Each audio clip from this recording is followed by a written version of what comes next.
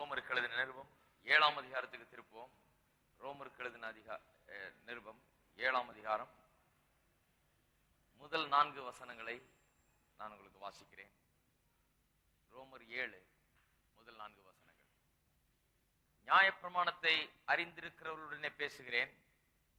சகோதரரே, ஒரு மனுஷன் உயிரோடு இருக்கும் அளவும் நியாயப்பிரமாணம் அவனை ஆளுகிறது என்று அறியாமல் இருக்கிறீர்களா? அது எப்படி என்றால், புருஷனையுடைய ஸ்திரீ தன் புருஷன் உயிரோடு இருக்கும் அளவும் நியாயப்பிரமாணத்தின்படியே அவனுடைய நிபந்தனைக்கு உட்பட்டிருக்கிறாள். புருஷன் மரித்த பின்பு புருஷனை பற்றிய பிரமாணத்தினின்று விடுதலையாயிருக்கிறாள். ஆகையால் புருஷன் உயிரோடு இருக்கையில் அவள் வேறொரு புருஷனை விவாகம் பண்ணினால் விபச்சாரி எண்ணப்படுவாள். புருஷன் மரித்த பின்பு அவள் அந்த பிரமாணத்தினின்று விடுதலையானபடியால் வேறொரு புருஷனை விவாகம் பண்ணினாலும் விபச்சாரி அல்ல. அப்படி போல என் சகோதரரே, நீங்கள் மரித்தோரிலிருந்து எழுந்த கிறிஸ்து என்னும் வேறொருவருடையவர்களாகி தேவனுக்கென்று கனி கொடுக்கும்படி கிறிஸ்துவின் சரீரத்தினாலே நியாயப்பிரமாணத்துக்கு மரித்தவர்களானீர்கள். நான் போன வாரத்திலே இந்த 7ஆம் அதிகாரத்தை குறித்த சில காரியங்களை உங்களுக்கு நான் சொன்னேன். 7ஆம் அதிகாரம் ஏன் அவ்வளவு விசேஷமான ஒரு அதிகாரம், அதுல என்ன அடங்கி இருக்கிறது என்பதை குறித்து சொல்லும்போது, இன்றைய விசுவாசிகளுக்கு இது எந்த விதத்திலே பயன்படுகிறது என்பதை குறித்து 3 காரியங்கள் சொன்னேன். அதாவது, 1, பாவத்தை குறித்த போதனை இந்த அதிகாரத்திலே மிகவும் விவரமாய் கொடுக்கப்பட்டிருக்கிறது. 1ஆம் அதிகாரத்தில் நான் படித்த போது பாவத்தை குறித்து வேற விதத்தில் கொடுக்கப்பட்டது. அதாவது, பாவத்துக்குள்ள எப்படி மனுஷன் விழுந்தான் என்பதை, எப்படி பாவியானான் என்கிறதை, எப்படி மனுஷன் தேவனுடைய சாயலில் உண்டாக்கப்பட்டவன் சீர்கட்டு போனான்,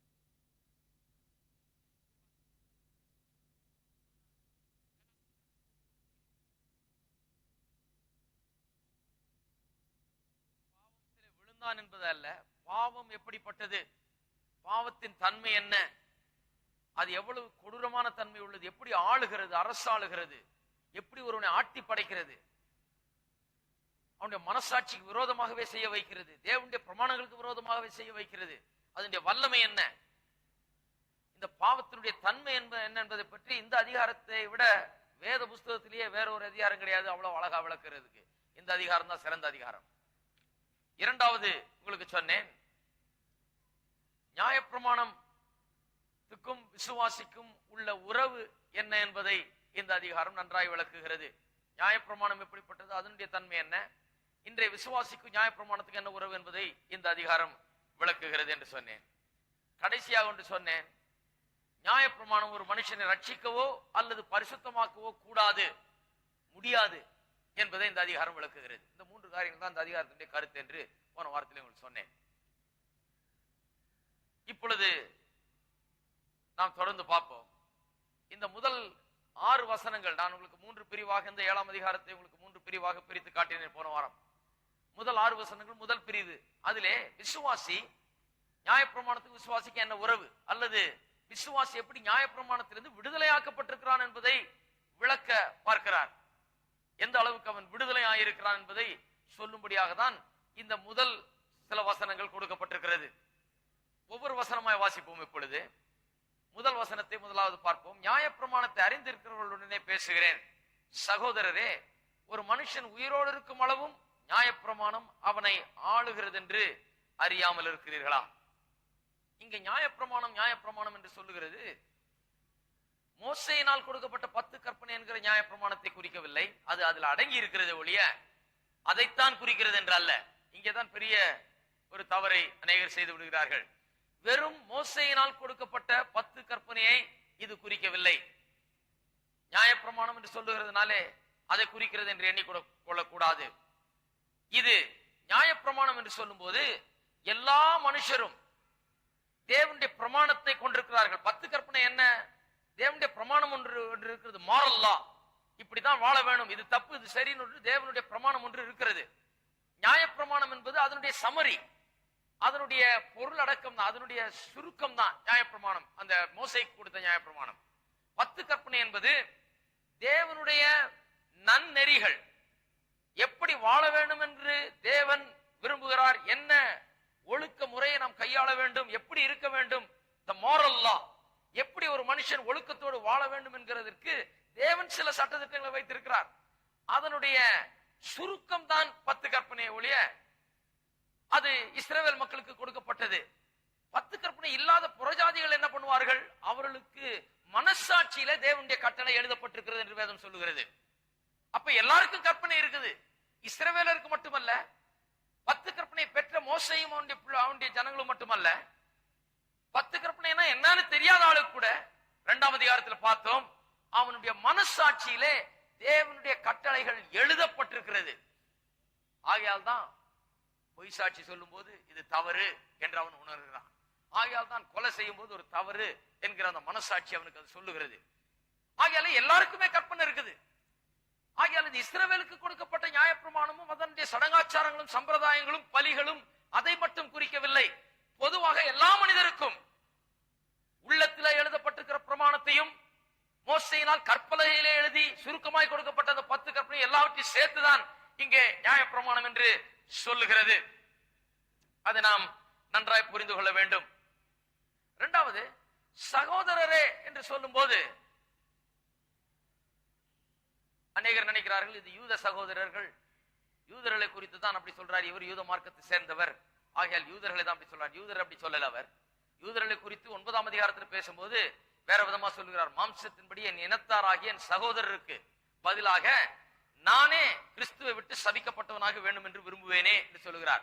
மாம்சத்தின்படி என் இனத்தாராகிய சகோதரர் என்று யூதரை பற்றி தெளிவா சொல்லுகிறார். ஏன்னா யூதருக்கும் கிரேக்கருக்கும் எழுதுகிறார். இங்க சபையில யூதர் இருக்கிறாங்க, கிரேக்கர் இருக்கிறாங்க. ரோமர் சபையில ரோமர் சபைக்கு எழுதுகிற அந்த கடிதத்திலே எல்லா விதமான ஜனங்களும் இருக்கிறாங்க, வெறும் யூதர் மட்டும் இல்ல. ஆகையால் தான் 9ஆம் அதிகாரத்தில் எழுதும் போது மாம்சத்தின்படி என் இனத்தாராகிய சகோதரருக்கு, அவர்களுக்கு பதிலாக நான் சபிக்கப்பட்டவனா போறேன்னு சொல்றார். குறிப்பா இவங்க என்னன்னு புரிஞ்சு கொள்ள வேண்டும் என்று சொல்லி இங்க சகோதரர் என்று சொல்லும் போது 7ஆம் அதிகாரத்தில் முதல் வசனத்துல யூதர்களை அல்ல கிறிஸ்தவ சகோதரர்களை அப்படி சொல்லுகிறார். நாம் எல்லாரும் சகோதர சகோதரிகளா இருக்கிறோம், ஒருவரை ஒருவர் சகோதரர் என்று தான் அழைக்கிறோம். அந்த விதத்திலே கிறிஸ்துவுக்குள்ளாக நாம் சகோதர சகோதரிகளா இருக்கிறோமே, அதைத்தான் சொல்லுகிறாரே ஒழிய யூத சகோதரர்கள் தன் இனத்தை சேர்ந்தவர்கள் என்று அவர் சொல்லவில்லை. 7ஆம் அதிகாரம் 4ஆம் வசனத்திலையும் அது தெளிவாய் விளங்குகிறது. 7ஆம் அதிகாரம் 4ஆம் வசனம் தெளிவாய் அதை நமக்கு உணர்த்துகிறது. சொல்லுகிறார், அப்படி போல சகோதரரே, நீங்கள் மரித்தோரிலிருந்து எழுந்த கிறிஸ்து என்னும் வேறொருடையவர்களாகி தேவனுக்கென்று கனி கொடுக்கும்படி கிறிஸ்துவின் சரீரத்தினாலே நியாயப்பிரமாணத்துக்கு மரித்தவர்களானீர்கள். யாரு கிறிஸ்துவின் சரீரத்தினாலே நியாயப்பிரமாணத்துக்கு மரித்தவர்கள்? யூதர்கள் மட்டுமல்ல, கிறிஸ்துவின் சரீரம், அதாவது Christ body, the body of Christ குறித்து சொல்லுகிறார். கிறிஸ்துவின் சரீரத்தினாலே நியாயப்பிரமாணத்துக்கு மரித்தவர்கள் கிறிஸ்துவுக்குள்ளாக இருக்கிற எல்லாரும், யூதர்களா இருந்தாலும் சரி, கிரேக்கர்களா இருந்தாலும் சரி, யாரா இருந்தாலும் சரி, எல்லாரும் கிறிஸ்துவின் சரீரத்தினாலே நியாயப்பிரமாணத்துக்கு மரித்தவர்கள். ஆக இது யூதரை பற்றி மட்டும் இல்ல, இந்த நியாயப்பிரமாணம் யூதர்களுக்கு கொடுக்கப்பட்டது 10 கற்பனை மட்டும் குறிக்கல, பொதுவாக எல்லாருக்குள்ளாகவும் இருக்கிற இந்த நியாயப்பிரமாணம் நமக்கெல்லாம் உள்ளத்துல அது மனசாட்சி என்கிற வடிவில் கொடுக்கப்பட்டிருக்கிறது. யூதர்களுக்கு கற்பலையில எழுதி கையில கொடுத்துட்டாரு. யாரா இருந்தாலும் சரி, எல்லாரும் நியாயப்பிரமாணத்தின்படி தான் வாழுகிறார்கள், எல்லாரும் தேவனுடைய நியாயப்பிரமாணத்தின்படி தான் வாழுகிறார்கள். ஆகையால் தான் 2ஆம் அதிகாரத்தில் சொல்லிட்டாரு, யூதர்கள் எழுதி கொடுக்கப்பட்ட நியாயப்பிரமாணத்தை மீறுகிறார்கள், யூதர் அல்லாதவர் உள்ளத்துல தேவன் வைத்திருக்கிறார், மனசாட்சி என்கிற வடிவில் வைத்திருக்கிறார் நியாயப்பிரமாணத்தை, அதை மீறி கொண்டு வாழுகிறார்கள். எல்லாரும் பாவிகள் என்றார். அதனால எல்லாரும் பாவம் செய்து ஏகமாய் கட்டு போனார்கள். யூதர் அல்லாதவர்கள் நான் எப்படியா பாவம் செய்தேன், எனக்கு தான் 10 கற்பனை தரலையே, நான் எந்த கற்பனையும் மீறினேன், நான் எந்த கற்பனையும் மீறவில்லையே, அவங்களுக்கு தான் அந்த 10 கட்டளை கொடுத்தீர், எனக்கு இல்லையே, அப்படி கொடுக்காத போது நான் எதை மீறினேன்னு சொல்லுகிறீர் என்று சொல்லலாமே. அதனாலதான் சொல்றாரு, அவங்க 10 கற்பனையை மீறினாங்க, நீ உள்ளத்துல எழுதப்பட்டிருக்கிற மனசாட்சி என்ற அந்த மனசாட்சியில் இருக்கிற அந்த தேவனுடைய பிரமாணத்தை மீறுகிறாய். எல்லாரும் பாவிகள், ஏகமாய் கெட்டு போனார்கள், ஒருவனும் நன்மை செய்கிறவன் இல்லை, நீதிமான் ஒருவனும் இல்லை என்று அப்படி சொல்லுகிறார் அப்போஸ்தலனாகிய பவுல். அப்ப எல்லாரும் தேவனுக்கு முன்பாக பாவிகள், எல்லாருக்கும் நியாயப்பிரமாணம் இருக்குது, வெறும் யூதருக்கு மட்டுமல்ல, எல்லாரும் நியாயப்பிரமாணத்தை மீறினவர்கள், தேவனுடைய கட்டளைகளை எல்லாரும் மீறி இருக்கிறார்கள். 10 கற்பனை இருக்குதோ இல்லையோ, எல்லாரும் தேவனுக்கு முன்பாக பாவிகள் என்று வேதம் சொல்லுகிறது. அதன் பிறகு இன்னொரு வார்த்தை இங்கு உபயோகப்படுத்துகிறார், நியாயப்பிரமாணம் அவனை ஆளுகிறது என்று அறியாமல் இருக்கிறீர்களா? டொமினியன், ஆளுகை. ஆளுகை என்று சொன்னால் அரசாளுவது, அதிகாரம் செலுத்துவது, அதன் பேர்ல வல்லமை உள்ளதா இருப்பது. நியாயப்பிரமாணம் அதாவது தேவனுடைய வழிமுறைகள், தேவனுடைய கட்டளைகள், கற்பலகையில கொடுக்கப்பட்ட கட்டளையா இருந்தாலும் சரி, மனசாட்சியா இருந்தாலும் சரி, மனுஷனை ஆளுகிறதா இருக்கிறது, அவனை ஆட்டி படைக்கிற அதிகாரம் உள்ளதா இருக்கிறது என்று அப்படி சொல்லுகிறார். அவன் உயிரோடு இருக்கும் அளவும் அவனை ஆளுகிறது என்று சொல்லுகிறார். அப்படின்னா என்ன அர்த்தம்? உயிரோடு இருக்கும் அளவுதான் ஒரு மனுஷன் இந்த நியாயப்பிரமாணத்துக்கு கட்டுப்பட்டிருக்கிறான். அவனுடைய உயிர் பிரிகிறப்ப அவன் நியாயப்பிரமாணத்துக்கு ஆப்ளிகேட்டட் கிடையாது, அவன் நியாயப்பிரமாணத்துக்கு கடமைப்பட்டவன் கிடையாது. ஆகையால் தான் ஒரு ஆள் செத்து போன ஆளை கோர்ட்டு கொண்டு போறது இல்லை. நம்ம செத்து போன ஆளை கேஸ் போட்டு அவரோட வழக்காடுறது கிடையாது. அவர் செத்து போயிட்டார், முடிஞ்சு போச்சு. அதுக்கு மேல பிரமாணத்துக்கும் சட்டத்துக்கும் அவருக்கு சம்பந்தமே கிடையாது. உயிரோடு இருக்கிற வரைக்கும் நியாயப்பிரமாணம் ஆளுகிறதான். இதை சொல்லுகிறார். சொல்லிவிட்டு 2ஆம் 3ஆம் வசனத்துல ஒரு உதாரணத்தை கொடுக்கிறார். அதாவது பொதுவாக மனுஷர் மத்தியிலே பிரமாணம் எப்படி கிரியை செய்யறது, லா எப்படி ஒர்க் பண்ணுதுன்னு காமிக்கிறார். நியாயப்பிரமாணம் எல்லாருக்குள்ளே இருக்குது, எல்லாருக்கும் இருக்குது. எல்லா மனுஷரும் தேவனுடைய நியாயப்பிரமாணத்தின்படிதான் வாழ வேண்டும். அந்த வகையில எல்லாரும் பாவிகள், எல்லாரும் அந்த நியாயப்பிரமாணத்துக்கு கட்டுப்பட்டிருக்கிறார்கள். அந்த நியாயப்பிரமாணம் எப்படி வேலை செய்யுது என்கிறத ஒரு உதாரணத்தின் மூலமா காமிக்கிறார். அது என்ன உதாரணம்? திருமண உறவிலே நியாயப்பிரமாணம் எப்படி வேலை செய்யறதுன்னு காண்பிக்கிறார். திருமணம் சட்டப்படி செய்யப்பட வேண்டிய ஒன்று, சட்டம் இல்லையா? அதுக்குதான் திருமணத்துக்கு 1008 கேள்வி கேட்கறாங்க. என்னென்ன கேள்வி கேட்கணுமோ அதெல்லாம் கேட்டுதான் திருமணம். கிறிஸ்தவ திருமணத்துல சிக்கல் அதிகம். ஏன்னா சும்மா போய் எங்கேயோ ஒரு 2 தடவை சுத்தி வந்தா முடிஞ்சிடறது இல்லை. அதையும் எதையும் பண்ணிட்டா மாலையை மாத்திட்டா முடிஞ்சிடாது. இது சட்டப்படி செய்யப்பட வேண்டும். கிறிஸ்தவ விசுவாசத்துல சட்டத்தை மதிக்கிறோம். இப்படிதான் இருக்குதுன்னு ஒரு நியதி இருக்கிறது, அதன்படி செய்ய வேண்டும். அப்ப சட்டம் அதுல வேலை செய்யுது. எல்லா மனுஷருக்கு இது தெரிஞ்சிருக்குது. ஒரு திருமணம் என்று சொன்னாலும் சட்டப்படி செய்ய வேணும். சட்டத்துல தேவன் உண்டாக்கின சட்டத்தை அடிப்படையா வைத்துதான் திருமணம் நடக்கிறது. இப்படித்தான் என்று திருமணத்தை பற்றி தேவன் ஒரு நியதியை வைத்திருக்கிறார், ஒரு ஒழுங்கை வைத்திருக்கிறார் தேவன். அதுக்கு மீறி யாரும் திருமணம் பண்ணுகிறது இல்ல. அந்த ஒழுங்குக்கு அடங்காமல் யாரும் இருக்கக்கூடாது. அந்த ஒழுங்கின்படிதான் திருமணம் நடக்க வேண்டும். தேவனுடைய ஒழுங்கை மனதில வைத்து, நியாயப்பிரமாணத்தை மனதில் வைத்து திருமணம் நடக்குது. யூதரா இருந்தாலும் சரி, கிரேக்கரா இருந்தாலும் சரி, யாரா இருந்தாலும் சரி, தேவன் திருமணம் தான் இப்படிதான் அப்படின்னு உண்டாக்கி வச்சிருக்கிறார் ஆதியிலேயே. வெறும் யூதருக்கு மட்டும் இல்ல, யூதர்லாம் வர்றதுக்கு முன்னாலே திருமணம் வந்துருச்சு. மோசே வந்த பிறகுதான் கல்யாணம் வரல. கல்யாணம் ஏதேன் தோட்டத்திலே தேவன் ஆதாமியும் ஏவாளையும் ஒன்னா வைத்த அன்னைக்கே திருமணத்தின் நியதியை அங்கேயே ஏற்படுத்தி விட்டார். அதன் பிறகு யூதனா இருந்தாலும் சரி, யாரா இருந்தாலும் சரி, இதுதான் திருமண ஒழுங்கு, திருமணம்னா இப்படிதான் இருக்கணும் அப்படிங்கிற ஒரு நியதியை தேவன் ஏற்படுத்தி விட்டார். அதை உபயோகப்படுத்தி எப்படி ஒவ்வொரு மனிதனும் நியாயப்பிரமாணத்துக்கு கீழே வாழுகிறான், எப்படி அவன் நியாயப்பிரமாணத்திலிருந்து விடுதலை ஆகிறான் என்பதை ஒரு உதாரணத்தின் மூலமாய் காண்பிக்கிறார். அதற்கு திருமணம் என்கிற உதாரணத்தை தேர்ந்தெடுக்கிறார். ஏன் திருமணம் என்கிற உதாரணத்தை தேர்ந்தெடுக்கிறார் சொன்னா, அந்த உதாரணம் தான் இவர் சொல்ல போகிறது ரொம்ப அருமையா விளக்குறது. என்ன சொல்ல விரும்புகிறார்? நியாயப்பிரமாணத்திலிருந்து விசுவாசி விடுதலை ஆகி இருக்கிறான் என்று. நியாயப்பிரமாணத்திலிருந்து விடுதலை ஆகி இருக்கிறான் என்று சொன்ன உடனே அப்ப எந்த சட்டத்திட்டங்களும் கிடையாதா? நம்ம எந்த சட்டத்திட்டத்துக்கு கீழ்ப்படிய வேண்டியது இல்லையா? எந்த சட்டத்திட்டத்துக்கும் நம்ம கடமைப்பட்டவர்கள் அல்லவா? எப்படி அது நியாயப்பிரமாணத்திலிருந்து விடுதலை ஆகிவிட்டோம் என்று சொல்லலாம்? யூதர்கள் சொல்லுகிறாங்க, எப்படியா 10 கற்பனை தூக்கி எறிஞ்சிடலாம்? அப்ப பாவம் உங்களை ஆட்கொள்ளாது. ஏன்? நியாயப்பிரமாணத்தில் நீங்க நியாயப்பிரமாணத்துக்கு கீழே இல்ல, நியாயப்பிரமாணத்திலிருந்து விடுதலை ஆனீர்கள், கிருபை கீழே இருக்கிறபடினால பாவம் உங்களை மேற்கொள்ள மாட்டாது என்று சொன்னார். அப்ப 10 கற்பனை தூக்கி எறிஞ்சிட வேண்டியதா? மனசாட்சியின்படி நம்ம நடக்க வேண்டாமா? எது ஒழுங்கோ அதன்படி நம்ம வாழ வேண்டாமா என்கிற கேள்வி மக்களுக்குள்ள எழும்புகிறது. எந்த பிரமாணத்துக்கு நம்ம கட்டுப்பட்டவர்கள் அல்லவா? அல்ல, இதோடு கட்டுப்பட வேண்டியது இல்லையா என்று கேட்கிறார்கள். அதற்கு பதிலளிக்கும் வழியில் தான் இப்படி சொல்லுகிறார். எப்படி நியாயப்பிரமாணத்திலிருந்து ஒழுங்கான முறையில் நாம் விடுதலை ஆனோம் என்கிறதை விளக்குகிறார். நியாயப்பிரமாணத்தை 10 கற்பனை தூக்கி எறிஞ்சிட்டு வந்துடல, அல்லது இனிமே எந்த சட்டத்திட்டங்களும் கிடையாது, என் வாழ்க்கைக்கு எந்த ஒழுங்கும் கிடையாது, நான் எந்த ஒழுங்குக்கும் கட்டுப்பட்டவன் அல்ல என்கிற அர்த்தத்தில் அல்ல. நியாயப்பிரமாணத்திலிருந்து விடுதலை ஆனோம் என்று சொல்லும் போது அதை விளக்குறதுக்காக தான் இதை சொல்லுகிறார். அதற்கு திருமண உறவு ரொம்ப உதவுகிறது. உதாரணத்துக்கு அந்த உதாரணத்தை இன்றைக்கு பார்க்க போறோம். 2ஆம் 3ஆம் வசனத்தில் இந்த திருமண உறவை குறித்து சொல்லுகிறார். கவனிப்போம். அது எப்படி என்றால், புருஷனுடைய ஸ்திரீ தன் புருஷன் உயிரோடு இருக்கும் அளவும் நியாயப்பிரமாணத்தின்படியே அவனுடைய நிபந்தனைக்கு உட்பட்டிருக்கிறாள். புருஷன் மரித்த பின்பு புருஷனை பற்றிய பிரமாணத்தினின்று விடுதலையாக இருக்கிறாள். ஆகையால் புருஷன் உயிரோடு இருக்கையில் அவள் வேறொரு புருஷனை விவாகம் பண்ணினால் விபச்சாரி என்னப்படுவாள். புருஷன் மரித்த பின்பு அவள் அந்த பிரமாணத்தினின்று விடுதலையானபடியால் வேறொரு புருஷனை விவாகம் பண்ணினாலும் விபச்சாரி அல்ல. என்ன சொல்லுகிறார்? இது ஒரு உதாரணமா வைத்துக் கொண்டு சொல்லுகிறார். திருமணத்துல பல காரியங்களை நாம் பார்க்கிறோம், நியாயப்பிரமாணம் எப்படி வேலை செய்கிறது என்று. அதுல முதலாவது காரியம் என்ன? திருமணம் ஒரு காரியத்தை தெளிவாய் நமக்கு விளக்குகிறது. அது என்னவென்றால், திருமண உறவிலே மனைவி புருஷனுக்கு கட்டுப்பட்டிருக்கிறாள், புருஷனுடைய அதிகாரத்துக்கு கீழே இருக்கிறாள் என்று வேதம் போதிக்கிறது. ஆகையால இதை வைத்துக் கொண்டு எப்படி நியாயப்பிரமாணத்தின் அதிகாரத்துக்கு கீழாக நாம் இருந்தோம், ஆனா நியாயப்பிரமாணம் அதிகாரத்துக்கு கீழே இருந்த நாம், அந்த புருஷனுக்கு கட்டுப்பட்டிருந்த நாம் இப்பொழுது அதிலிருந்து விடுதலையாகி அதை முடித்துக் கொண்டு, அந்த வாழ்க்கையை முடித்துக் கொண்டு இப்ப ஒரு புதிய வாழ்க்கைக்கு வந்திருக்கிறோம், புதிய ஒரு புருஷனை உடையவர்களா இருக்கிறோம் என்று சொல்ல போற. அதுக்காக தான் இதை சொல்ற. எப்படி நியாயப்பிரமாணம் கிரியை செய்கிறது என்பதை காமிக்கும் போது சொல்லுகிறார், திருமண உறவிலே புருஷன் மனைவி என்கிற உறவிலே மனைவி புருஷனுக்கு கீழ்ப்படிந்திருக்கிறாள், அல்லது புருஷனுடைய கட்டுப்பாட்டுக்குள்ள இருக்கிறாள், அல்லது புருஷனுடைய அதிகாரத்துக்கு கீழே இருக்கிறாள். பாருங்க, இதை இன்னைக்கு நிறைய உலகத்துல நிறைய இடத்துல பிரசங்கமே பண்ண முடியாது.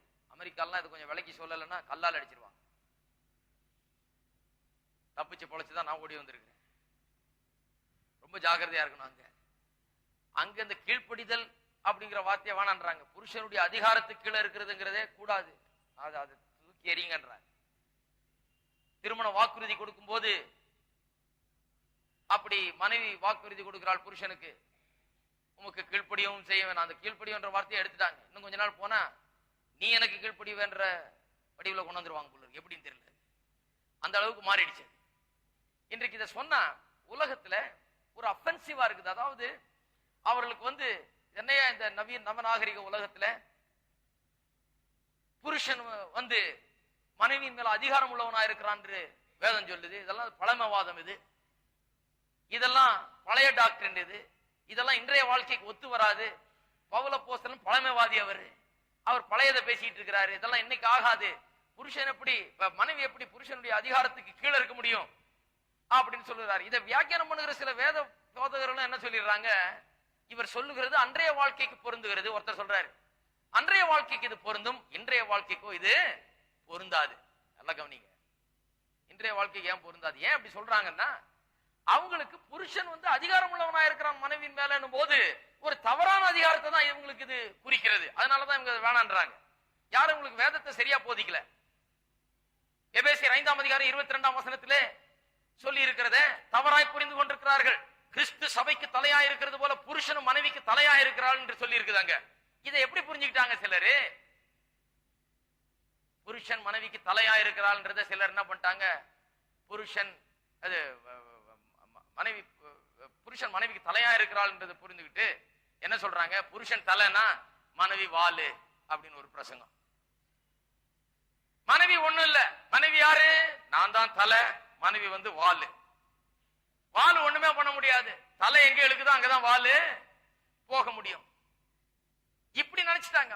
புருஷன் தலையாயிருக்கிறான்னு சொன்னத சபை பிரசங்கிக்கும் போது எப்படியோ சரியா புரிந்து கொள்ளாம, இவங்களும் அதை சரியா விளக்கி சொல்லாம என்ன ஆயிடுச்சு, அதை ஏன் வெறுக்கிறார்கள் இன்றைக்கு? ஏன் இந்த ஃபெமினிஸ்ட் மூவ்மெண்ட் என்று உலகம் முழுவதும் பரவி பெண்கள் இயக்கம் என்று சொல்லி பெண்களுடைய விடுதலைக்காக போராடணும், அது இதுன்னு யாரு இப்ப கட்டி போட்டு வச்சிருக்கா? ஒண்ணும் கிடையாது. ஆனா இவங்களுக்குள்ள அப்படி ஒரு உணர்வு ஏற்பட்டு விட்டது. ஏன்னா இந்த சபையெல்லாம் பழமைவாதத்தை போதிக்கிறது. புருஷன் மனைவின் மேல அதிகாரம் உள்ளவனா இருக்கிறான்னு சொல்லுது. அது எப்படி சொல்லலாம்? எப்படி அது இந்த காலத்துக்கு பொருந்துமா? என்ன சொல்றாங்க, அப்ப நான் வாலா, அவர் தலைனா?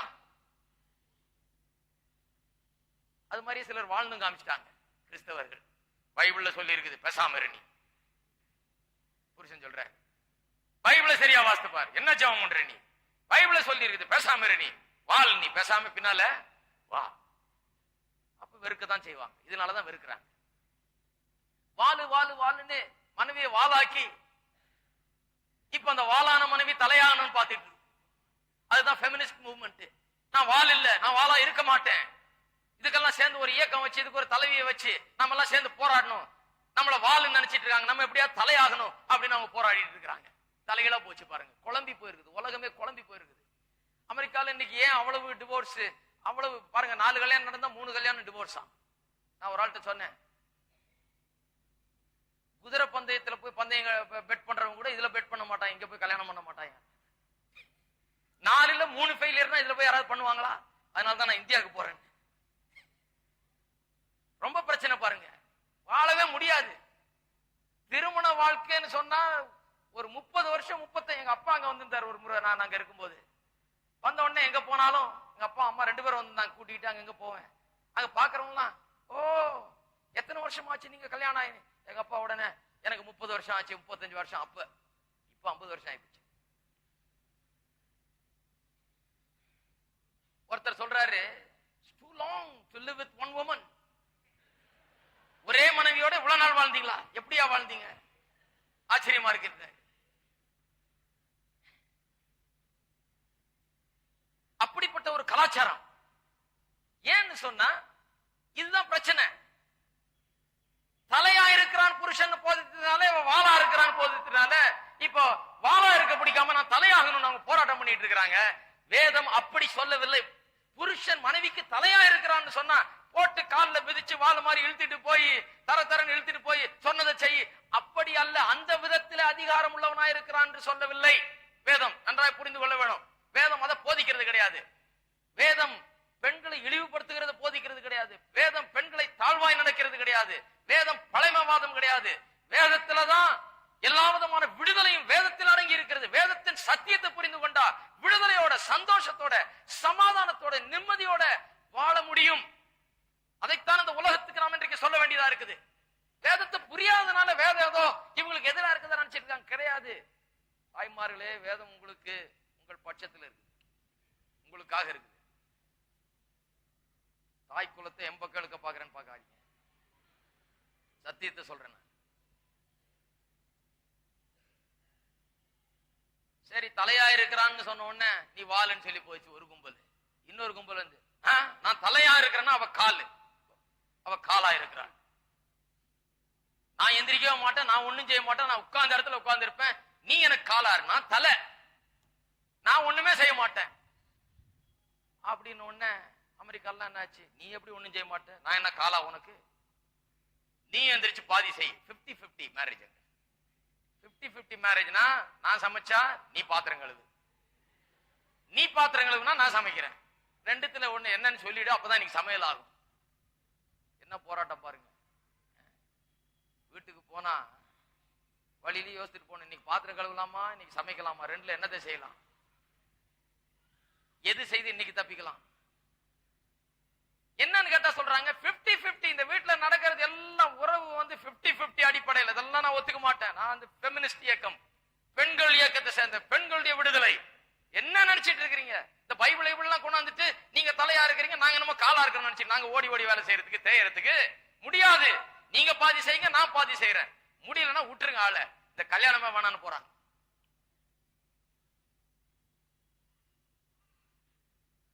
நான் என்ன சொல்றேன், அந்த 50-50 மேரேஜே ஒர்க் ஆகாது. 50-50னா என்ன பண்ணுவோம், கணக்கு கரெக்டா வச்சுக்கிட்டு இருப்போம். சரி, கரெக்டா உன் 50 பண்ணியா? நீ பண்ணினா நான் என் 50 பண்ண. மனைவியும் கணக்கு வச்சிரு. நீ பண்ணல, நீ 48 தான் பண்ணிருக்க. ஆகையால நான் 2 குறைவா வைப்பேன், பாத்துக்கலாம். நீ இதை செய்யாதனால நான் அதை செய்ய மாட்டேன், நீ அதை செய்யாதனால நான் இதை செய்ய மாட்டேன். இதுலதான் தகராறே வருது. நான் என்ன சொல்றேன், இது எப்பவுமே 60-40. 60-40 மேரேஜ். அது என்னங்க 60-40 மேரேஜ்? அது எப்படி பாத்தியா? இவரு பெண்கள் எல்லாம் 60 வர போல இருக்கு. நீங்க 60 செய்யுங்க, புருஷன் 40 செய்யணும். கிடையாது. சில நேரத்துல நீங்க 60 செய்றீங்க, அவர் 40 செய்யறாரு. சில நேரத்துல அவர் 60 செய்யறாரு, நீங்க 40 செய்றீங்க. திருமணம் என்பது இப்படி விட்டு கொடுத்து ஒருவர் செய்ய வேண்டிய கடமைக்கு மேலாக மனமு வந்து செய்து ஒருவர் நேசித்து அப்படி வாழ்ந்தாதான் அது நல்லா இருக்கும். ஒழிய வேற வழியில அது நல்லா இருக்க முடியாது. பாருங்க, இதை போட்டு குழப்பிக்கிறாங்க. வேதம் புருஷன் மேல மனைவி அதிகாரம் உடையவனா, புருஷன் மேல மனைவி, மனைவியின் மேல புருஷன் அதிகாரம் உடையவனாய் இருக்கிறான் சொன்ன உடனே இவங்களுக்கு வால் ஞாபகம் வருது, காலு ஞாபகம் வருது, கை ஞாபகம் வருது. சிலருக்கு நான் தலைனா அவ கையா இருக்கிறா, நான் தலைனா அவ தலையா இருக்க முடியாது. எல்லாம் அவ வேற ஏதா இருக்கணும். வாளா இருக்கலாம், காலா இருக்கலாம், கையா இருக்கலாம், தலையா இருக்க முடியாது. போ அப்படின்ற அந்த ஒரு ஆட்டிடியூட் அதை தங்களுடைய வாழ்க்கையில பிரதிபலித்ததுனால, பெண்கள் அப்படி நடத்தினதுனால, திருமண உறவுல அப்படி நடந்து கொண்டதுனால எல்லாரும் வேதத்தை தவறாய் புரிந்து கொண்டிருக்கிறார்கள். ஆனால் வேதம் அப்படி நமக்கு போதிக்கிறது இல்ல. எபேசியர் 5ஆம் அதிகாரத்துல அவங்க 5:22 மட்டும் வாசிடுறாங்க. மனைவிகளே கர்த்தருக்கு கீழ்ப்படிகிறது போல உங்க சொந்த புருஷருக்கு கீழ்ப்படி. இதை வாசித்துட்டு அங்கேயே நிறுத்திட்டு, வாசியாத நீ ஜெபம் பண்ணது கிடக்கட்டும், இதை வாசி முதல்ல அப்படிங்கிறாங்க. அடுத்த வசனத்தை அவங்க வாசிக்கணும். கிறிஸ்து சபைக்கு தலையா இருக்கிற போது புருஷனும் மனைவிக்கு தலையா இருக்கிறான், அவரே சரீரத்துக்கும் ரட்சகராய் இருக்கிறார். ஆகையால் சபையானது கிறிஸ்துவுக்கு கீழ்ப்படுகிறது போல மனைவியும் தங்கள் சொந்த புருஷருக்கு எந்த காரியத்திலும் கீழ்ப்படிந்திருக்க வேண்டும். அப்புறம் தான் விஷயமே இருக்குது. புருஷர்களே உங்கள் மனைவிகளில் அன்பு கூறுங்கள். அன்பு கூறுங்கள்னு சொன்னா, அன்பு கூர்ந்தா இந்த பிரச்சனையே வராது பாருங்க. அன்பு கூர்ந்தா நான் தலை நீ வாலு, அன்பு கூர்ந்தா நீ காலா இருக்கலாம், நீ கையா இருக்கலாம், வாலா இருக்கலாம், தலையா இருக்க முடியாது. நான் எனக்கு தான் அதிகாரம் இருக்குதாக்கும், நான் தான் உன் மேல ஆளுகை செய்ய போறேன், நான் அதிகாரம் செய்ய போறேன், நான் உன்னை போட்டு ஆட்டி படைக்க போறேன் அப்படி என்கிற ஆட்டிடியூட் இருக்காது. இது வேற விதமான ஒரு சபார்டினேஷனை குறிக்கிறது. இது கிறிஸ்துவுக்கும் சபைக்கும் உள்ள உறவுக்கு ஒத்ததான் இருக்கிறது. கிறிஸ்துவும் சபையும் எப்படிப்பட்ட உறவில் இருக்கிறார்கள் கொஞ்சம் யோசித்து பாருங்க. நாம் மனைவியா இருக்கிறோம், கிறிஸ்துவுக்கு மனையாட்டியா இருக்கிறோம் என்று வேதம் சொல்லுது. எப்படிப்பட்ட உறவு? கிறிஸ்து தினந்தோறும் நம்ம பிடிச்சு விரட்டிக்கிட்டு, தினந்தோறும் பிடிச்சு திட்டிக்கிட்டு, தினந்தோறும் போட்டு சத்தம் போட்டுக்கிட்டு, அங்கே இங்கே விரட்டிக்கிட்டு, இதை செய்றியா இல்லையா, நீ வாளா இருக்கிற, நான் சொல்றது செய்றியா, அப்படியே சொல்லிட்டு கிடையாது. அவர் நம்மள அன்பு கூறுகிறார், நம்மை சுத்திகரிக்கிறார், நம்மை கழுவுகிறார், நம்மை சுத்தமாக்குகிறார், நம்மை நேசிக்கிறார், நம்மோடு பேசுகிறார், நம்மோடு உறவாடுகிறார். நாம் அவரோடு கூட பேசுகிறோம், அவரோடு கூட உறவாடுகிறோம். இந்த உறவு நெருக்கமாகிறது, வளருகிறோம். அவருக்காக என்ன செய்ய வேண்டும் என்கிறதுல ஆயத்தமா இருக்கிறோம் இல்லையா? அவர் தினந்தோறும் எடுத்து கழுத்தை பிடிச்சி, வா நீ என்னுடைய மனையாட்டி, நீ எனக்கு மனைவி மாதிரி, ஆகையால மரியாதையா வந்து இதை செய், மரியாதை அப்படி நடந்துக்க, மரியாதை அப்படி கிடையாது. இந்த உறவை எதுல பேஸ் பண்ணி இருக்குது, எதன் அடிப்படையில் இருக்குது? உறவே ஒருவருக்கு ஒருவர் இருக்கிற அந்த பரஸ்பரத்துல அடிப்படையில தான் இருக்குது. நாம் அவரோடு கூட உறவு கொள்றோம், அவரை நேசிக்கிறோம், அவரை வாஞ்சிக்கிறோம், அவர் நம்மோடு கூட உறவு கொள்கிறார், நேரத்தை செலவழிக்கிறோம். பாருங்க, நிறைய இதுல இதெல்லாம் இருக்காது. நேரத்தையும் செலவழிக்க மாட்டாங்க, ஒரு 4 வார்த்தை பேசவும் மாட்டாங்க. ஆனா பைபிள வாசியா நீ, கீழ்ப்படிஞ்சா நீ அப்படிம்பாங்க. அப்படி அல்ல உறவு. உறவு இதன் அடிப்படையில் இருக்கு. எதன் அடிப்படையில்? ஒருவருக்கு ஒருவர் இருக்கிற பரஸ்பரம் அன்பு, ஆழ்ந்த ஒரு சிநேகம், ஆழ்ந்த ஒரு பரிவு, ஒருவரை புரிந்து கொள்ளக்கூடிய ஆழ்ந்த ஒரு தன்மை, அது இருக்கிறதுனாலதான் திருமண உறவிலே மனைவி அப்படி இருக்கிறாள், புருஷனும் இப்படி இருக்கிறான். புருஷன் அன்பு கூறுகிறான், அன்பிலே தான் அவளை இழுக்கிறான், அன்பிலே தான் நடக்குது அங்க வேலையை ஒழிய ஏதோ ஒரு அதிகாரத்திலே நடக்கிறது என்று கிடையாது. ஆனா இந்த உதாரணத்தை எதுக்கு உபயோகப்படுத்துகிறார்? பிரமாணம், நியாய பிரமாணமானது மனுஷர்களை எப்படி அவர்கள் மேல் அதிகாரம் உள்ளதா இருக்கிறது, அவர்கள் மேல் ஆளுகை செய்கிறதா இருக்கிறது என்பதை காண்பிக்கிறதுக்காக தான் இந்த புருஷன் மனைவி என்கிற உதாரணத்தை பயன்படுத்துகிறார். இப்போ அமெரிக்கால மட்டும் இல்லை, இங்கேயே கொஞ்சம் விலைக்கு சொல்ல வேண்டியதா இருக்குது. இல்லைன்னா இங்கேயே சிலருக்கு கோவம் வந்துடும். எப்படியா சொல்லலாம், நாங்கெல்லாம் வாலா, நாங்கெல்லாம் காலா. அதனாலதான் சொன்னேன், வேதம் அந்த தவறான விதத்தில் அதிகாரத்தை சொல்லவில்லை, ஒரு சரியான விதத்துல, ஒரு அருமையான விதத்துல புருஷன் தலையா இருக்கிறான்னு சொல்லப்பட்டிருக்கிறது. புருஷன் தலையா இருக்கிறான்னு சொன்ன போட்டு ஆட்டி படிச்சுக்கிட்டு அது இதையும் பண்ணிட்டு இருப்பான் கிடையாது. அன்பு கூறுகிறான், குடும்பத்தை நடத்துகிறான், எல்லா விதத்திலும் அவன் முன்னோடியா இருக்கிறான் என்கிறதை குறித்துதான் தலையா இருக்கிறான் என்று இங்கே வேதத்தில் சொல்லப்பட்டிருக்கிறது.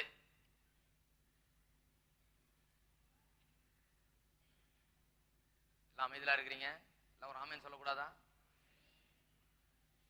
சிலர் நினைக்கிறாங்க அவர் மனைவி இங்க இல்லையா, நல்லா சத்தமா பேசுறாரு, அவரு காட்டி கொடுக்கிற வேலையில இறங்காதீங்க. எனக்கும் உங்களுக்கும் நடுவே இந்த வேதம், தேவன் சாட்சி, டேப்பும் சாட்சி. டேப்போடுதான்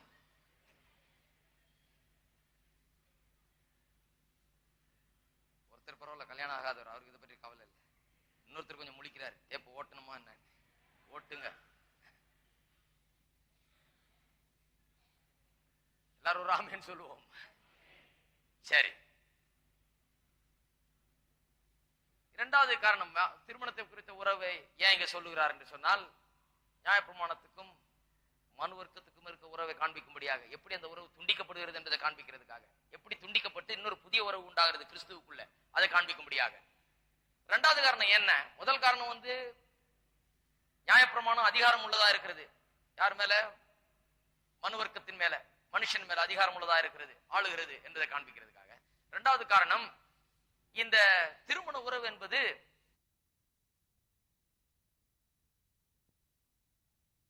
மரணத்தினாலே அன்றி வேற எதனாலையும் பிரிக்க முடியாத ஒரு உறவு.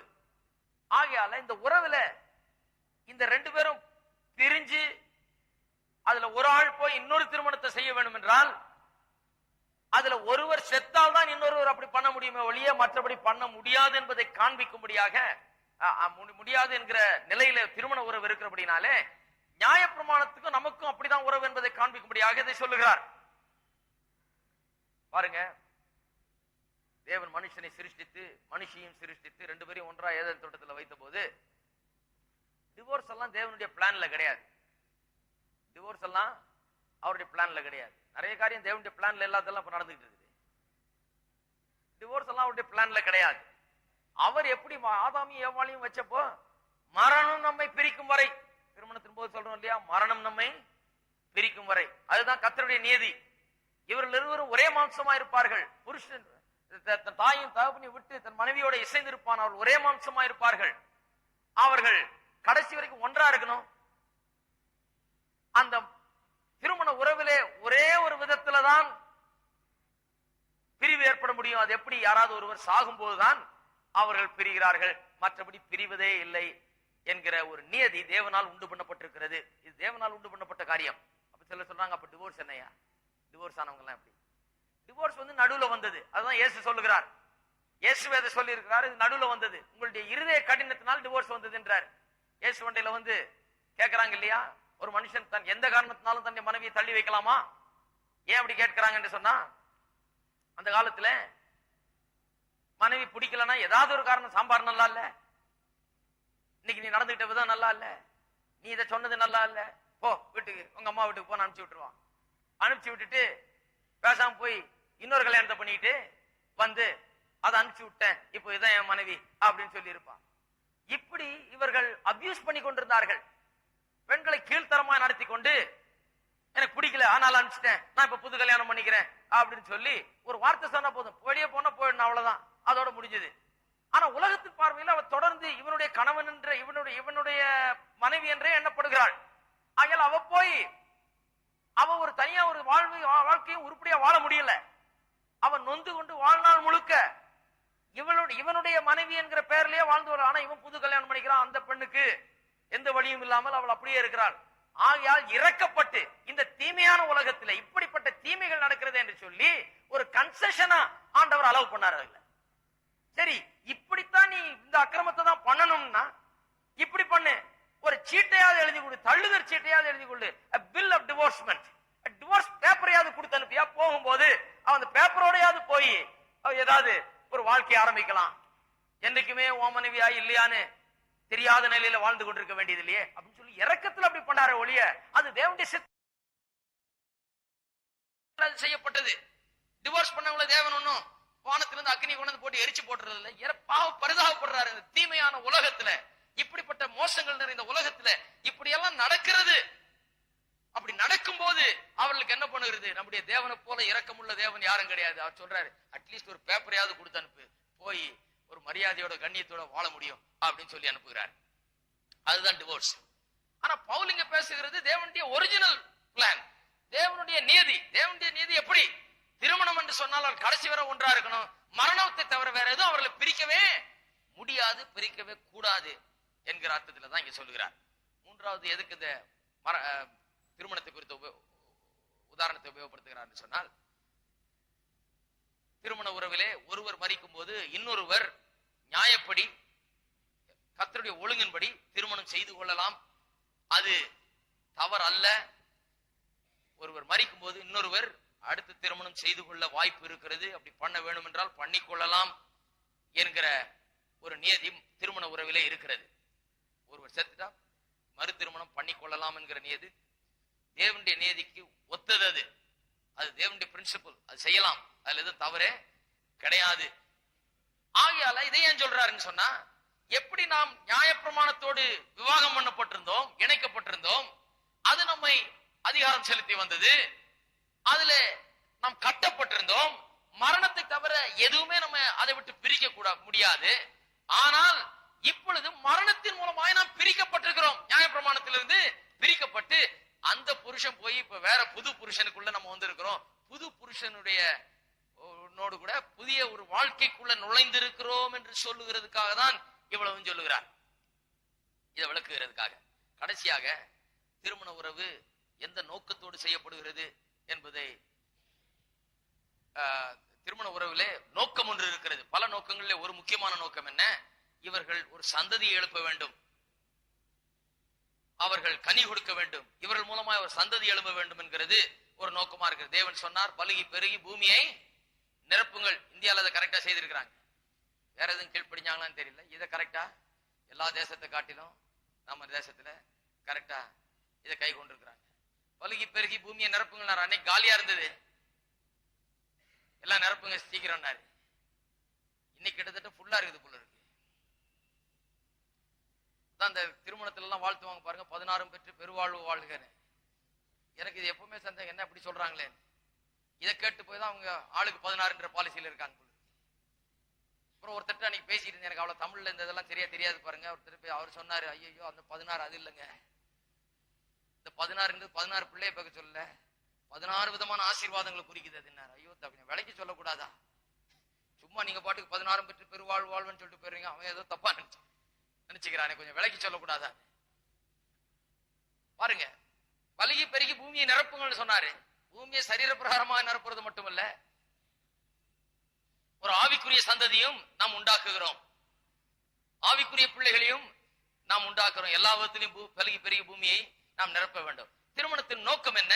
எல்லா நோக்கங்களிலும் முக்கியமான நோக்கங்களில் ஒரு முக்கியமான நோக்கம் என்ன? கனி கொடுக்க வேண்டும், அதன் மூலமாய் பிள்ளைகள் உண்டாக வேண்டும், சந்ததி விருத்தி அடைய வேண்டும் என்பது ஒரு நோக்கம்.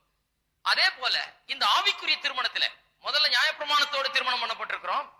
மரணம் மரணத்தின் மூலமாக அந்த நியாயப்பிரமாணத்துக்கு நமக்கு பிறந்த திருமணம் முறிவு ஏற்படுகிறது. நாம் நியாயப்படி அடுத்த திருமணம் கிறிஸ்துவோடு செய்து கொள்ளுகிறோம். இந்த கிறிஸ்துவோடு கூட நாம் செய்து கொள்ள இந்த திருமணத்துல ஒரு நோக்கம் இருக்கிறது. அது என்ன நோக்கம்? நாம் கனி கொடுக்க வேண்டும் என்கிற நோக்கம். அதைத்தான் 4ஆம் வசனத்திலே சொல்லுகிறார், தேவனுக்கு என்று கனி கொடுக்கும்படி. என்ன கனி? என்ன கனி கொடுக்கணும்? இந்த திருமணத்துல நாம் கிறிஸ்துவோடு கூட விவாகம் பண்ணப்பட்டிருக்கிறோம், இணைக்கப்பட்டிருக்கிறோம். இந்த திருமணத்துல எந்த கனியை கொடுக்கிறது? பரிசுத்தம் என்னும் கனி. அது தேவனுக்கு ஏற்ற கனி. இதுல என்ன மொத்தத்துல என்ன விளக்க பாக்குறாரு? அந்த திருமணம் முடிஞ்சு அது மரணத்தின் மூலமாய் முடிவு ஏற்பட்டு அதுக்கு ஒரு முடிவு கட்டி இன்னொரு இந்த இயேசு கிறிஸ்துவுக்குள்ளாகிய புது திருமணத்துக்குள்ள வரவில்லை என்றால் கனி கொடுக்கவே முடியாது. அதாவது கிறிஸ்துவோடு கூட விவாகம் பண்ணப்படவில்லை என்றால், அப்படிப்பட்ட ஒரு இணைப்பு, அப்படிப்பட்ட ஒரு ஆவிக்குரிய ரட்சிப்பின் அனுபவம் ஏற்படவில்லை என்றால் கிறிஸ்துவுக்காக வாழ்ந்து பரிசுத்த ஜீவியத்தை ஜீவிக்கவே முடியாது என்று சொல்லுகிறார்.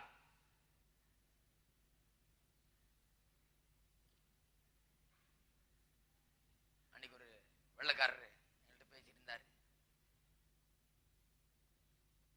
என் கூட இருந்த ஒருத்தரை பற்றி கேட்டிருந்தாரு. இவருக்கு என்ன பிள்ளைகள்லாம் இருக்கு. நான் சொன்னேன், இவரு தாத்தாவா போறாருங்க சீக்கிரம். அவர் நினைச்சுக்கிட்டார் போல இருக்கு, இப்போ ஆயிட்டாரு போல இருக்கு. அப்படியா, எத்தனை பேர பிள்ளைகள்னு கேட்டார். நான் சொன்னேன், இன்னும் பிள்ளைகளுக்கு கல்யாணம் ஆகல, கல்யாணம் ஆன பிறகு தாத்தாவாவார். அவர் சொல்லி சிரிச்சுக்கிட்டே சொல்றாரு, ஆமாமா தாத்தாவான்னா முதல்ல பிள்ளை கல்யாணம் பண்ணி வைக்கணுமே இருக்கிறேன். பாருங்க, அதுதான் வேதம் சொல்லுது. கனி கொடுக்க வேண்டும் என்றால், பரிசுத்தம் வர வேண்டும் என்றால் முதல்ல இந்த விவாகம் நடக்கணும். கிறிஸ்துவோடு கூட ஏற்படுகிற அந்த விவாகம் நடக்கணும். விவாகம் நடக்கலன்னா கனி கொடுக்க முடியாது. ரட்சிப்பின் அனுபவம் இல்ல, கிறிஸ்துவோடு கூட இணைக்கப்படவில்லை. இந்த ஆவிக்குரிய அனுபவம், இதை பற்றி ஏதோ அப்படியே மொழிப்பிட்டு போயிடுறாங்க. சபையில இருக்கீங்க, சபைக்கு வர்றீங்களா? சரி. எல்லாம் அங்க தின்னுறாங்களா? சரி. வந்தீங்களா, போனீங்களா? சரி. அது அவங்க தாத்தா காலத்துல இருந்து கிறிஸ்தவரா தான் இருக்கிறாங்க இப்படின்னு போயிடுறாங்க. கிடையாது, அதை சொல்லல. இங்க விவாகம் நடக்க வேணும். நடக்கலன்னா கனி கொடுக்க முடியாது. பரிசுத்த வாழ்க்கை கிறிஸ்தவர் என்று பெயர் வைத்துக் கொண்டிருக்கிறவர்களுக்கு எல்லாம் கிடையாது. பரிசுத்த வாழ்க்கை யாருக்கு சாத்தியமாம்? இப்படிப்பட்ட ஒரு விவாகம் ஏற்பட்டால் தான் அதன் மூலமாக அப்படிப்பட்ட ஒரு கனி உண்டாக முடியும். எப்படி விவாகம் ஏற்பட்டால்தான் குழந்தை பிறக்க முடியுமோ அதுபோல இப்படி ஒரு விவாகம் நடந்தே ஆக வேணும். இந்த ரட்சிப்பின் அனுபவம் இல்லாமல், தேவனோடு கூட இணைக்கப்படாமல் கனி கொடுக்கவே முடியாது என்று சொல்லுகிறார். எந்த விதத்திலே அப்படி சொல்லுகிறார் என்றது இந்த அதிகாரம் முழுக்க போதிக்கிறார். அதாவது என்ன சொல்லுகிறார், இந்த உலகத்திலே நிறைய பேர் சொல்லிட்டு தெரியுறாங்க. என்ன சொல்றாங்க, இந்த ரட்சிப்பின் அனுபவம் தேவையில்லை, இயேசுடைய சிலுவை மரணம், ரத்தம் சிந்துதல், உயிர் தெழுதல், இதெல்லாம் நான் நம்பல, அதெல்லாம் தேவையும் கிடையாது ரட்சிப்புக்கு. நான் கிறிஸ்தவ போதனைகளை பின்பற்ற விரும்புகிறேன். கிறிஸ்துவுக்காக வாழுகிறது என்று சொன்னால் கிறிஸ்தவ போதனையை பின்பற்றுவது. அவர் சொன்னதை சொல்லுங்க, நான் செய்யறேன். அப்படியே அவருடைய போதனைகளை கொடுங்க, அவருடைய 10 கற்பனையை கொடுங்க, இல்ல அவருடைய மலப்பிரசங்கத்தை கொடுங்க, அவருடைய இந்த போதனையை கொடுங்க, அந்த போதனை கொடுங்க, அதெல்லாம் ரொம்ப பிரமாதம். இருக்கிற போதனையில அவருடைய போதனை தான் பிரமாதம், அதை நான் பின்பற்ற விரும்புகிறேன்னு சொல்றாங்க. பவுல போதனை சொல்றாரு, முடியவே முடியாது. அந்த கல்யாணம் முடியணும். எந்த கல்யாணம்? பழைய வாழ்க்கை முடிஞ்சு இந்த புது கல்யாணம் நடக்கணும்.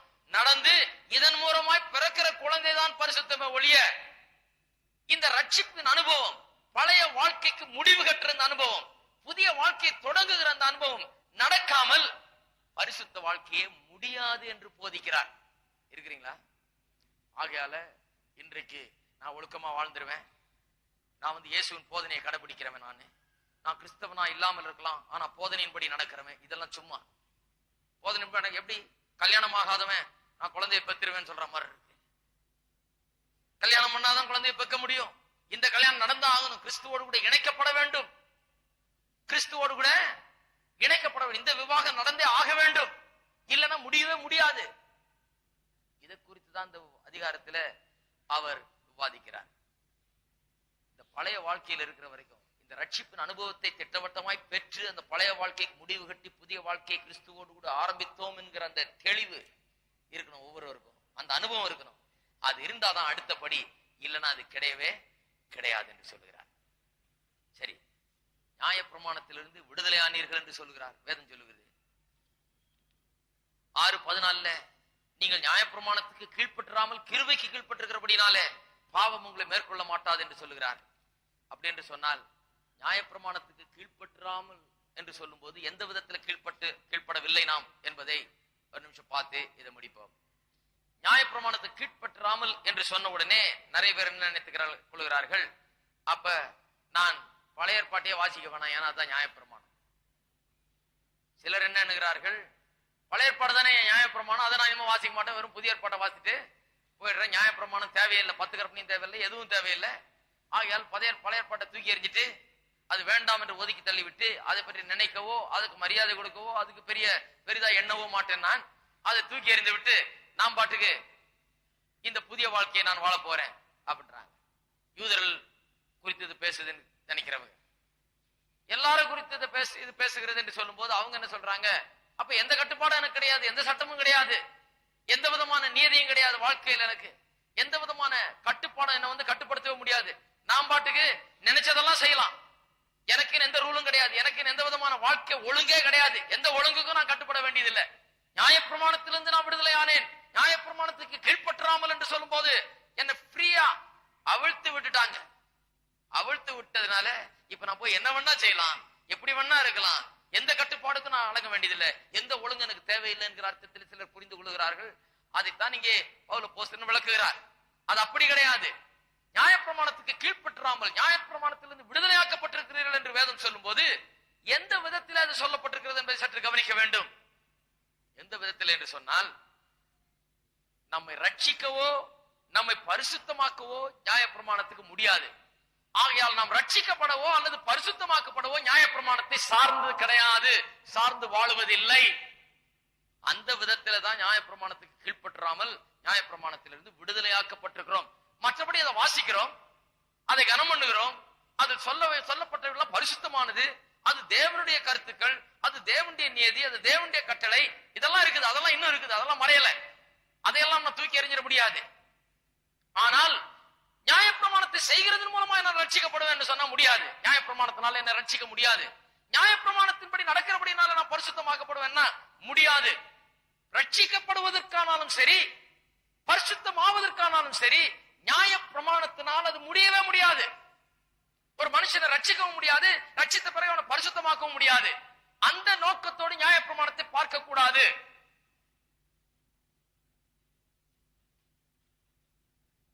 எந்த நோக்கத்தோடு பார்க்கணும்? அதெல்லாம் தேவனுடைய அருமையான காரியங்கள், தேவன் சொல்லுகிற நல்ல காரியங்கள், பரிசுத்தமான காரியங்கள். அதை மதிக்க வேண்டும், அதன்படி நாம் செய்ய வேண்டும், அதன்படி வாழ வேண்டும். ஆனால் இதுதான் என்ன பரிசுத்தமாக்குது என்றோ அல்லது இதுதான் என்ன ரட்சிக்கிறது என்று நினைத்தால் அது தவறு. திருப்போம் ரோமர் 10ஆம் அதிகாரம், ரோமர் 10ஆம் அதிகாரம் 4ஆம் வசனம். விசுவாசிக்கிற எவனுக்கும் நீதி உண்டாகும்படியாக கிறிஸ்து நியாயப்பிரமாணத்தின் முடிவாயிருக்கிறார். கிறிஸ்து நியாயப்பிரமாணத்தின் முடிவாயிருக்கிறார். யாருக்கு? விசுவாசிக்கிற எவனுக்கும் நீதி உண்டாகும்படியாக. அதாவது ரட்சிக்கப்படுகிறதற்கு நியாயப்பிரமாணத்தின்படி நடந்து கொள்ள வேண்டும் என்கிற காரியம். அப்படிப்பட்ட ஒரு நிலை ஒரு மனுஷன் கிறிஸ்து மேல விசுவாசம் வச்ச உடனே முடிஞ்சிருது. அந்த நிலை பாருங்க, கிறிஸ்து வர்றதுக்கு முன்னால எப்படி இருந்தது? கிறிஸ்து வர்றதுக்கு முன்னால யாராவது வந்து யூதர்கள்ட்ட வந்து கேட்டா, எப்படியா நான் தேவனிடத்துல வர்றது அப்படின்னு கேட்டா என்ன சொல்லுவாங்க? இதை செய் நீ பிழைப்பாய். எதை செய்? 10 கற்பனை செய். இதை செய் நீ பிழைப்பாய். அதை கேட்டு வந்தவன் தத்தளிக்க வேண்டியதான் வாழ்நாள் முழுக்க. செய்ய முடியாது. இவன் போய் இதை செய்ய பார்த்து செய்ய செய்ய வலிக்கு விழுந்து நியாயப்பிரமாணத்தை செய்ய முடியாம அவதிப்பட்டு அவன் செய்து செய்து செய்து பார்த்து அதுல தோல்வி அடைகிறான். ஆனா நியாயப்பிரமாணம் என்ன சொல்றது? இதை செய் நீ பிழைப்பாய். அதுதான் அவங்க மெத்தட் ஆஃப் சால்வேஷன். அதான் அந்த நிலை. அந்த நாட்கள்ல இதை விட ஒரு உயர்ந்த நிலை மனுஷனுக்கு கிடையாது. இதை செய் நீ பிழைப்பாய், இதை செய் நீ பிழைப்பாய், அவ்வளவுதான் அவங்களுக்கு தெரிஞ்ச நியாயம். பாருங்க, நியாயப்பிரமாணம் இல்லாதவர்களுக்கு, அதாவது மோசே என்று நியாயப்பிரமாணத்துக்கு கீழே வாழாதவர்களும் அப்படிதான். எப்படி உனக்கு ரட்சிப்பு, எப்படி உனக்கு தேவனுடைய பார்வையில உனக்கு விமோச்சனம் கிடைக்கும், எப்படி உனக்கு மோட்சம் கிடைக்கும் அப்படின்னு சொன்னாங்க. ஒழுங்கா வாழ், ஒழுக்கமாய் வாழ் அப்படின்னு ஒரு நியாயப்பிரமாணத்தை அவங்களும் சொல்லிட்டு போயிடுவாங்க. அவங்க மனசாட்சியில் இருக்க நியாயப்பிரமாணத்தை அப்படியே சொல்லிட்டு போயிடுவாங்க. ஆனால் கிறிஸ்து வந்த பிறகு மனுஷன் அதையும் இதையும் செய்கிறதுனால பிழைக்கிறது கிடையாது, அதையும் இதையும் செய்கிறதுனால ரட்சிக்கப்படுகிறது கிடையாது. கிறிஸ்துவின் பேர்ல விசுவாசம் வைக்கிறதுனால ரட்சிக்கப்படுகிறான். அவ்வளவுதான் ஒழிய நியாயப்பிரமாணத்தை செய்கிறதுனால கிடையாது. ரட்சிப்பின் வழி கிடையாது நியாயப்பிரமாணம். பரிசுத்தத்தின் வழி கிடையாது நியாயப்பிரமாணம். பரிசுத்தம் ஆக்க முடியாது, ரட்சிக்கப்படவும் முடியாது, பட வைக்கவும் முடியாது, பரிசுத்தமாக்கவும் முடியாது மனுஷனை நியாயப்பிரமாணத்தின் மூலமாக. ஆகையால் நியாயப்பிரமாணத்துக்கு கீழ்ப்பற்றாமல் நியாயப்பிரமாணத்திலிருந்து விடுதலையாக்கப்பட்டு கிருபைக்கு கீழ்ப்பட்டிருக்கிறோம் என்று சொல்லும் போது இந்த அர்த்தத்திலே தான் சொல்லப்பட்டிருக்கிறது. எந்த மனுஷனும் நியாயப்பிரமாணத்தின் மூலமாக ரட்சிக்கப்படவோ அல்லது பரிசுத்தமாக்கப்படவோ முடியாது.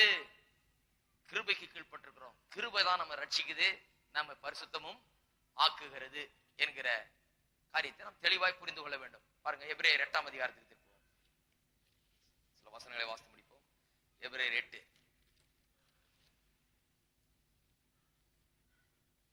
10 12 வசனங்கள் வரை.